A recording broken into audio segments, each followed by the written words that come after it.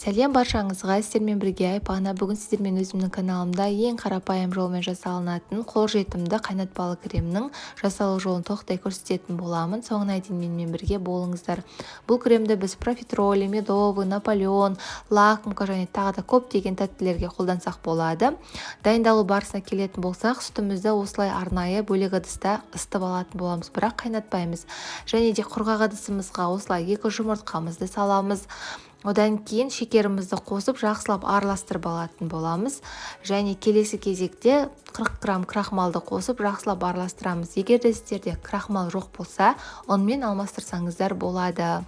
Осылай осы массамызды жақсылап дайындап алғаннан кейін ысып тұрған сүтімізді осы массамыздың үстінен құйып тез-тез араластыратын боламыз. Яғни біздің жұмыртқамыз күйіп кетпеу керек. Тез-тез қолдарыңыздың көмегімен араластырып, дәл осы араласқан массамызды қайтадан сүтіміздің үстіне құйып, толықтай кремді жасауға кірісетін боламыз. Құйғаннан кейін дереу тез-тез қолдарыңызбен араластырыңыздар, өйткені күйіп кетуі мүмкін. Дәл осылай жақсылап араластырып қоюландырып аламыз.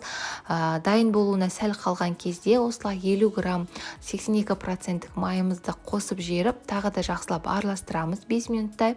Одан кейін біздің креміміз дайын болды. Және де осы кремімізді тез арада суытып алу үшін біз бөлек ыдысқа құйып суытатын боламыз.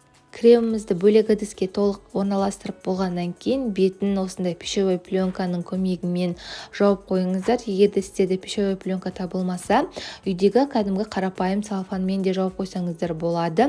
Дәл осылай қалдыратын болсаңыздар, кремдеріңіз жақсы суып, массамыз әдемі шығатын болады.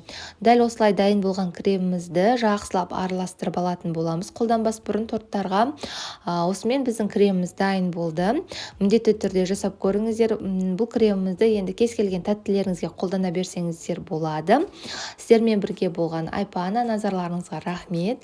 Менің каналыма тіркеліп, қоңыраушаны басып, пікір қалдырып, лайк басып, достарыңызға бөлісуді сұраймын. Және де қазақша контенттің дамуына бірге атсалысайық.